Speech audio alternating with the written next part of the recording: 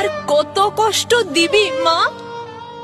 তুইও তো একটা মেয়া ছেলে, বল এক জীবনে কেমন করে সইব এত ধকল?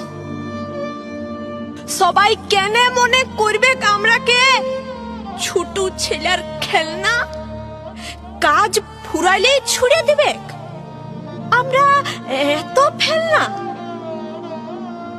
আমরা কি শুধু ভোগের জিনিস?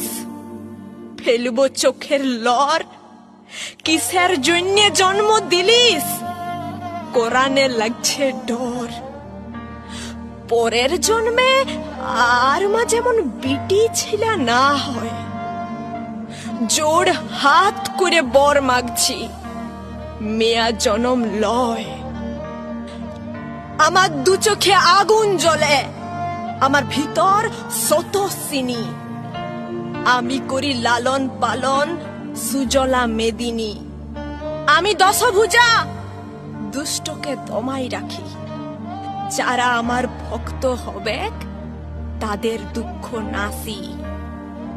তাও কেনে অভাগা আমি, তাও কেনে নিঃস্ব আমি, বলতে পারিস মা? এবারে আমাকে মুক্তি দে মা।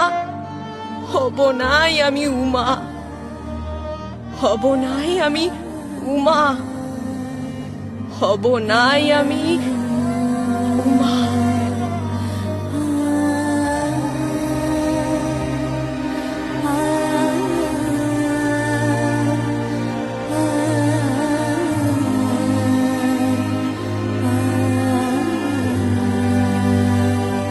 মা, তুই কত দূরের থেকে আসিস, সবাই তোকে বরণ করে নেয়।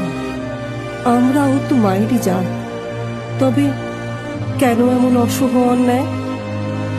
যে বয়সে আদর পাবার কথা, আমরা পেরোই ব্যথার মহকুমা। কত যে হাতে বিক্রি হয়ে গেছি, আমরা আর চাই না হতে মা। ভেবেছিলাম আলোর দিকে যাব, অন্ধকারে হারাই একে একে।